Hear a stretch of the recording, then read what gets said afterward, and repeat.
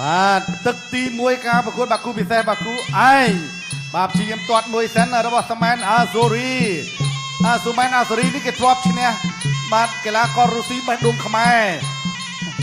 បាទចឹងកូស្ទីយ៉ារ៉ូដិនកូធ្លាប់ចាញ់បាទសម្រាប់អាមែនអាស៊ូរីបាទព្យាយាមចាក់ចូលកន្លែងនេះអាយយបាទផលសុផាន់ដើម្បីភ្លុកពីឃាតបាទយ៉ាងដូចជ្រេតែគុណភាពអត់មានប្រែប្រួលទេនៅតែដដែលក្បាច់គុណរបស់គាត់គឺនៅតែដដែលចាក់ជើងក្រោមមួយរបស់អាស៊ូរីបាទកដកកឆាប់ចាប់ចាក់ជាងគ្រាទៅវិញទៅមកដូចគ្នាអាយយបាទគ្រាជាប់កន្លែងនេះល្អិលជើងនេះម៉ូតាសាក៏មកផ្ដល់កម្លាំងចិត្តទៅ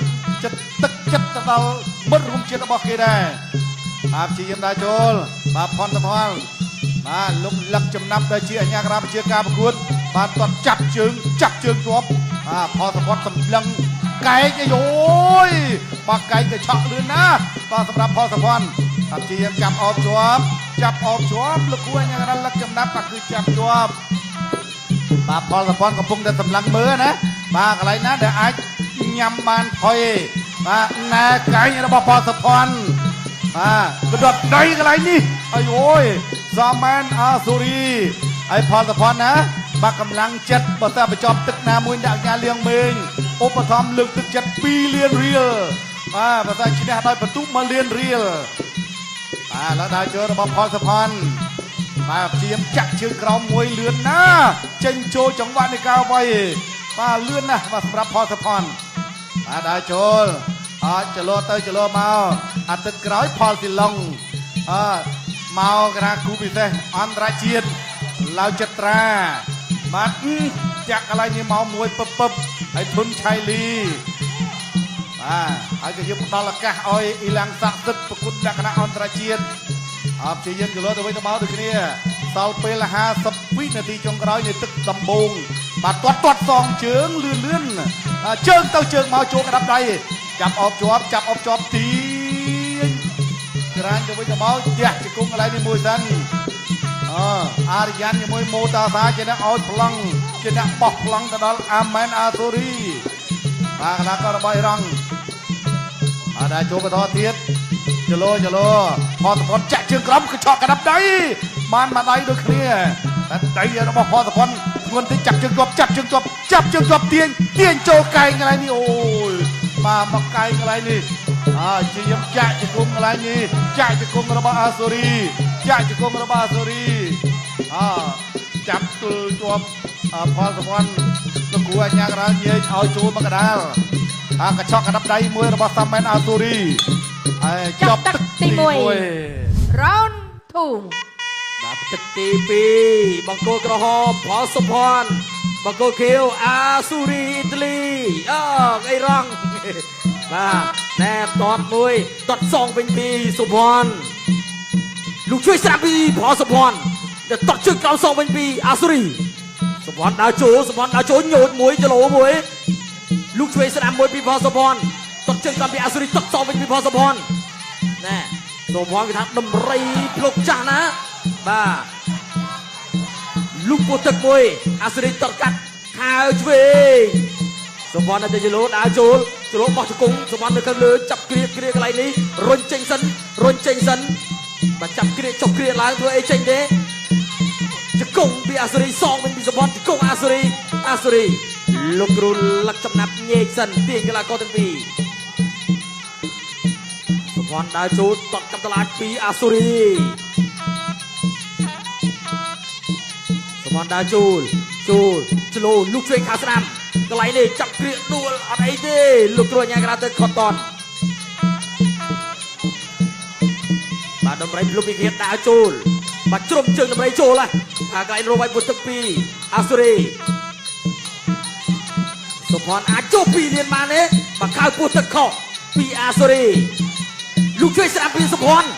ចាប់គ្រាជង្គង់ទៅជង្គង់មកជង្គង់ពីអាស៊ូរី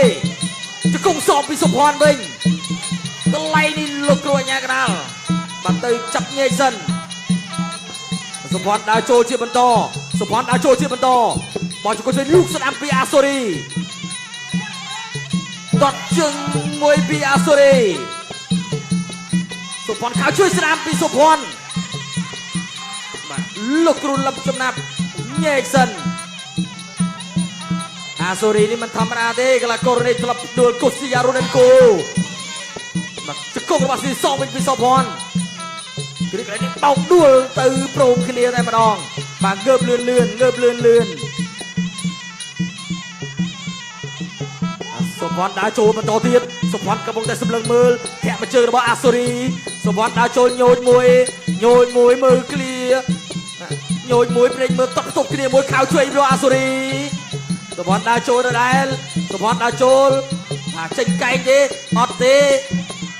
អាសូរីដកថយពេកសុភ័ណ្ឌនៅតែដើរចូលសុភ័ណ្ឌដើរចូលទឹកកាប់តឡាយស្ដាំមួយសងវិញពីអាសូរីទឹកជើងក្រោមពីផងសុភ័ណ្ឌតតកាប់តឡាយពីអាសូរីចាក់ជើងជាប់កន្លែងនេះបោះជង្គង់ទៅជង្គង់មកទាញជង្គង់របស់អាសូរីសុភ័ណ្ឌគ្រាជង្គង់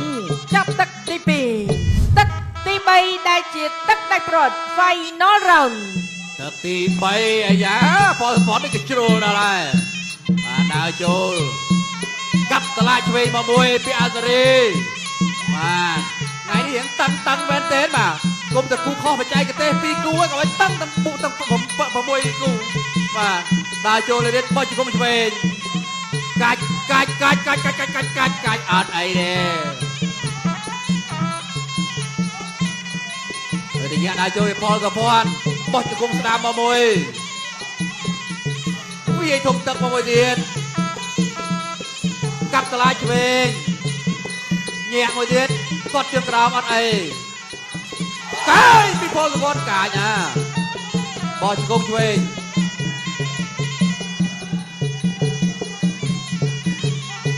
នៅដដែលចូលដដែលអាយ៉ារមុំចាត់កែងបាត់ស្ដាប់តោះមកមួយយូក៏យូការពារថ្មិញអាសារីសាមែនអាសារីនៅដដែលចូលផលសភ័ណ្ឌ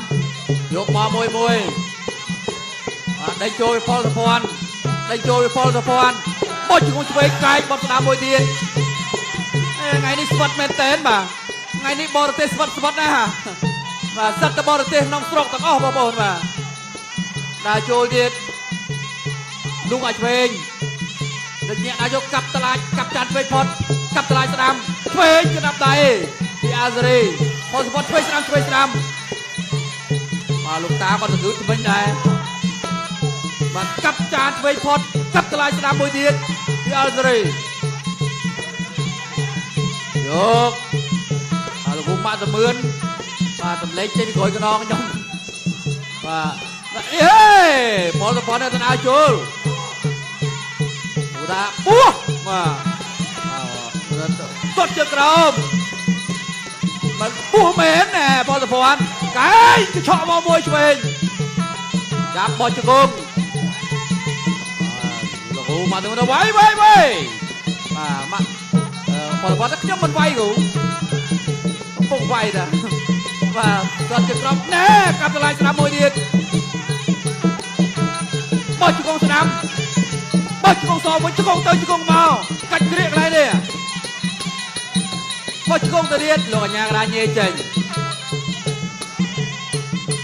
បាទអូចូលកដាលវិនាទីចុងក្រោយ2លានធ្លាក់បាត់ហើយដល់សល់1លានទេមើលទៅកាប់តឡាញឆ្វេងមួយទៀតដល់វិនាទីចុងក្រោយដើរចូលអាយ៉ាលើកដៃរេខ្លួនតែមិនចេះអត់វាយក៏ដល់លាកដៃទឹកទី3ត្រូវបានបញ្ចប់បាទទៅទស្សនារូបភាពយឺតដើម្បីឲ្យកាន់តែច្បាស់តែចំណុចកន្លែងណាខ្លះដែលកីឡាករទាំងពីរគាត់ប្រកួតគ្នានៅលើសង្វៀនបាទណែកែងកញ្ឆក់លឿនណាបាទផលសភ័ណ្ឌបាទកញ្ឆក់លឿនណាស់នេះជង្គង់ហោះមួយទៀតដល់ទេកែងបត់មួយទៀតរបស់ផលសភ័ណ្ឌបាទតែយ៉ាងណាបាទសម្រាប់សមែនអាស៊ូរីមិនងាយទេណាបាទស្វិតណាស់ណែបោះជង្គង់មួយរបស់ផលសភ័ណ្ឌតម្រៃភ្លុកពីខៀនបាទតម្រៃភ្លុកពីខៀននៅតែពីខៀនដដែលតែការប្រកួតនេះគឺអត់បានបញ្ចប់នៅទឹកណាមួយទេគឺបានបញ្ចប់3ទឹកពេញក្រហមឬខៀវបាទខៀវឬក្រហមចឹងលទ្ធផលទីបងប្អូនបានដឹងណាបាទបងដប់ប្រុសលទ្ធផលបងប្អូនទូទាំងប្រទេសកំពុងតែតន្ទឹងរង់ចាំទស្សនា ថាតើកីឡាករនៃប្រជាជាតិកម្ពុជាផលសុភ័ណ្ឌនិងកីឡាករអ៊ីរ៉ង់សាម៉ានអាស៊ូរីមួយណានឹងទទួលបាននៅជ័យជំនះ អស់លោកស្រីនិងកញ្ញាជាទីមេត្រីបន្ទាប់ពីការប្រកួត3ទឹកពេញយ៉ាងតឹងតែងបំផុតលទ្ធផលចៅក្រមសម្រាប់ឲ្យជ័យជំនះដែរ